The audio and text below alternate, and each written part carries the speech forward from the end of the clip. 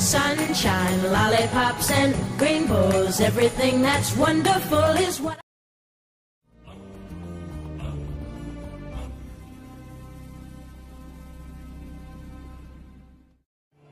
deception, disgrace.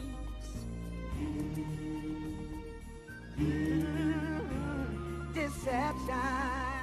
Hello, whoever is watching this, I'm the Awesome Critic, and you're watching Awesome Reviews. Now, if you have seen my review of the first two Jurassic Park films, then you know that I liked the first one, and I thought the second one was a decent sequel. But what do I think of this one? Well, let's go ahead and find out. The story for Jurassic Park 3 is bland and unoriginal. It's still the same old people go to an island full of dinosaurs. Which asks the question, why the heck would they go back to the island in the first place? Because the people at Hollywood told them to. Dr. Alan Grant, who's played by Sam Neill, is now a happy man and has left Jurassic Park behind him. Grant announces to the public that he's never going to return to Jurassic Park. Nothing on Earth will ever get him to return to Jurassic Park. Except for one thing. Money.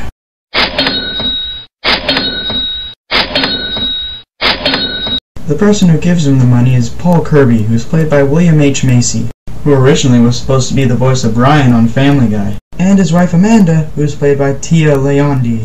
Oh, and don't even get me started on how annoying her scream is.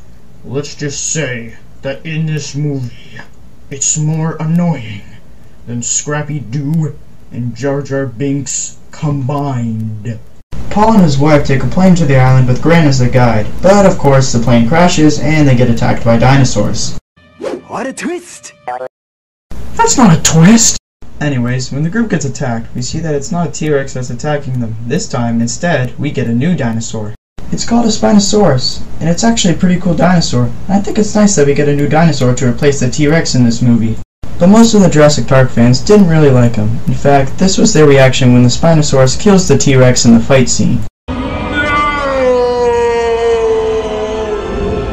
As I said before, it was nice to get a new dinosaur, because if they kept bringing back the T-Rex every time, it would get boring after a while. The only flaw that I really have with the Spinosaurus is that when they show you how strong she is when she tears apart a plane, but then a few scenes later, they have her get stopped by a tree. And that's not the only time in the movie that they do that. In another scene, they have the Spinosaurus break through a fence, and then they close the door on the Spinosaurus, and that's somehow too much work for her to get through. Huh, doors must be her kryptonite. Quick! Into that building! We should be able to get away from there. Are you sure that a closed door will stop this thing? Oh, don't worry about it. According to Jurassic Park 3, doors are Spinosaurus's kryptonite. Oh, what the heck? Is this a steel door? My one weakness! You guys suck. Can I come in? I promise I won't bite.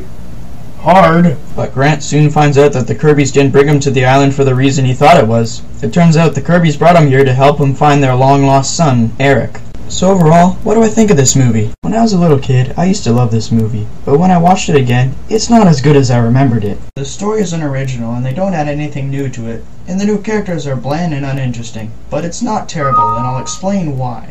I wouldn't even call this a bad movie. I mean, sure, there's flaws, but they still give us some good stuff, like CGI dinosaurs that still look incredible, and the action scenes are also really good too. And of course there's the new dinosaur, the Spinosaurus, which I personally like, but overall, Jurassic Park 3 is not a bad movie.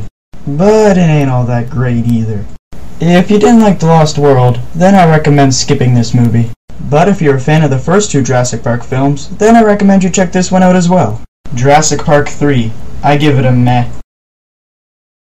Well, I'm the Awesome Critic, and thanks for watching this episode of Awesome Reviews.